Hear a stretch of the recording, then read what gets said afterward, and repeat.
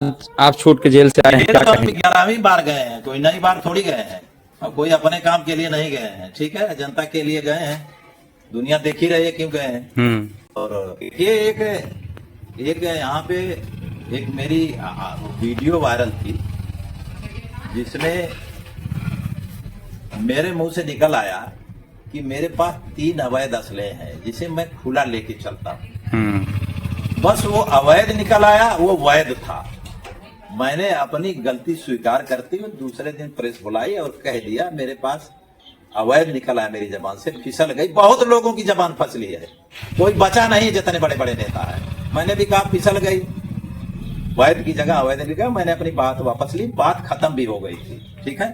इसी बीच में 2 सप्ताह के बाद मैं दूल्हे आजाद बिन जौनपुर में एक बड़ी घटना है जो हत्या हुई थी। आज देश भर में एक बड़ा मामला बना हुआ है, उसको लेके मैं ठीक है, बिना वारंट, बिना मुकदमा।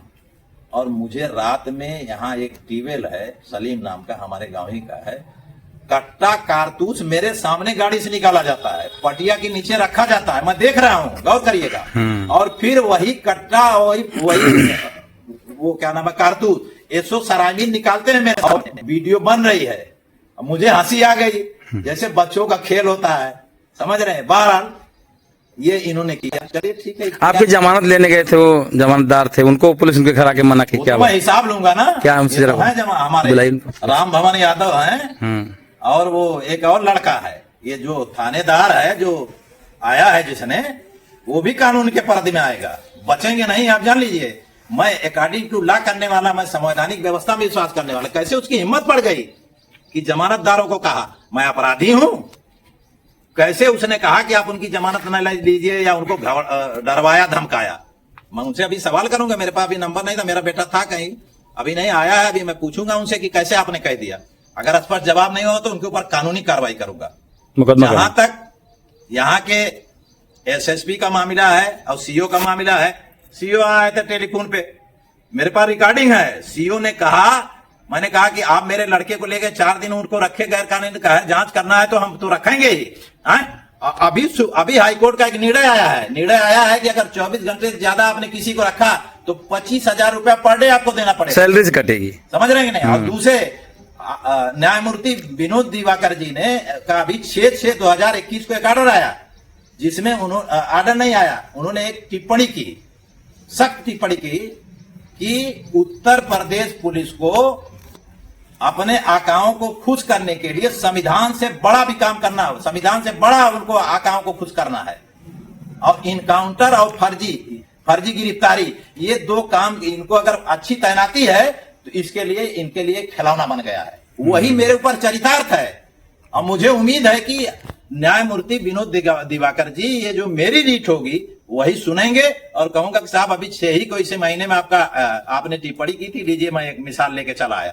तब इनको पता चलेगा कि मेरे ऊपर मुकदमा दर्ज करने वाले एसएसपी, सीओ और थाना अध्यक्ष और एसपी देहात, इन तीनों के ऊपर जब मुकदमा होगा, जब ये जेल जाएंगे, जब इनकी नौकरी जाएगी, तब इनको पता चलेगा कि कैसे लोगों को पर अत्याचार होता है। अब आप बताइए, उत्तर प्रदेश नहीं देश में मैं जाना चाहता हूं, कोई यकीन कर लेगा कि एहसान खान कट्टा और वो ये हमारी हैसियत है, जिसके साथ लोकसभा प्रत्याशी रहे आप? मैं कांग्रेस जैसी पार्टी से लोकसभा का प्रत्याशी रहा, समाजवादी पार्टी का संस्थापक सदस्य हूँ, मेरे पास लाइसेंसी असले हैं, मेरे पास बड़ी बड़ी सुरक्षा रही है सरकारी, मैं कट्टा और कारतूस, शर्म आती है कि नहीं? जनता सुनेगी तो क्या कहे? और दूसरी चीज ये है कि उत्तर प्रदेश में जो नंगा नाच हो रहा है, हम इसके जिम्मेदार थोड़ी हैं। हमें कोई कहे कि हम न्याय के लिए संघर्षरत हैं, संघर्षरत रहेंगे। जहां तक मेरा राजनीतिक मामला है, मेरा घर है समाजवादी पार्टी, मेरा घर है समाजवादी पार्टी, और समाजवादी पार्टी में ही मुझे जाना है। एक पेड़ हम नेताजी ने लगाया था, दिसंबर प्रसाद नेता थे, बेनी प्रसाद वर्मा थे, आजम खान साहब थे, बलराम यादव थे, और सारे सीनियर लोग थे, उसमें मैं ही छोटा रहा हूंगा।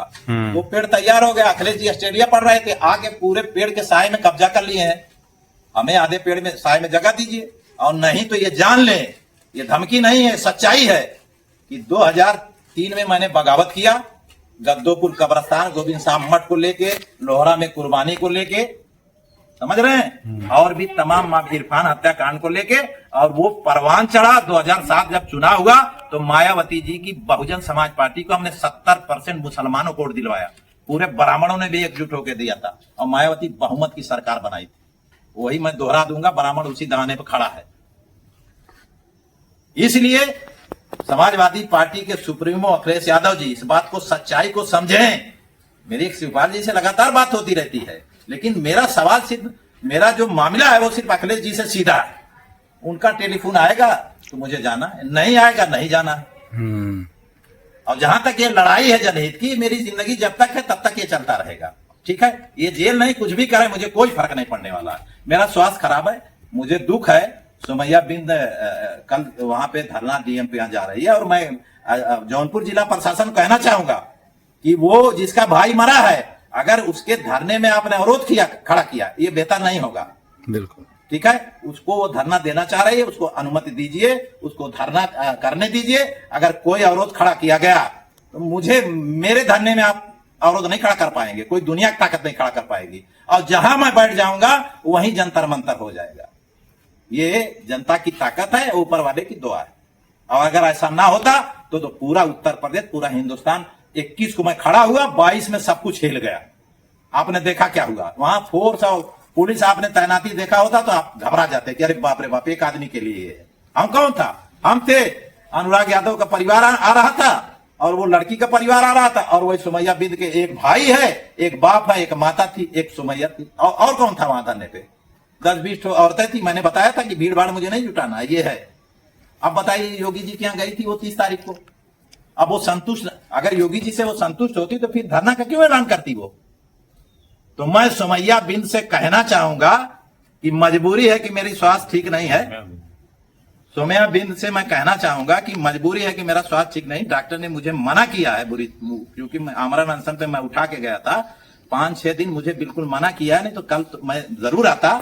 लेकिन ये जान लेना कि मेरे आते वक्त उस बेटी ने आंसू उसके टपक रहा था, कहा था भैया आप जा रहे हैं, अगर न्याय नहीं मिलेगा तो आपको आना पड़ेगा। तो मुझे तो जिंदगी भर आना है, लेकिन सुमैया से और पूरे देश की, प्रदेश की जनता से, विशेष तौर पे निषाद समाज के लोगों से मैं कहना चाहूंगा कि मुझे न्याय लेने आता है, ठीक है। सुमैया बिंद अकेले नहीं है, मैं उस मामले में किसी भी कीमत पर न्याय लेके रहूंगा।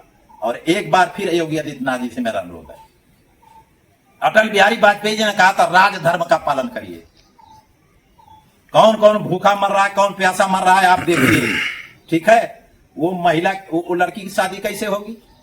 जो लड़ रही है, नहीं, वो जो जिसका आदमी मर गया, जिसके मांग में सिंदूर नहीं लग पाया, मैंने कहा था 50 लाख रुपया उसको, 50 लाख रुपया आजाद बिंद के परिवार को, 50 लाख अनुराग यादव के परिवार को, ठीक है। इन तीनों लोगों को कम से कम दे दिया जाए।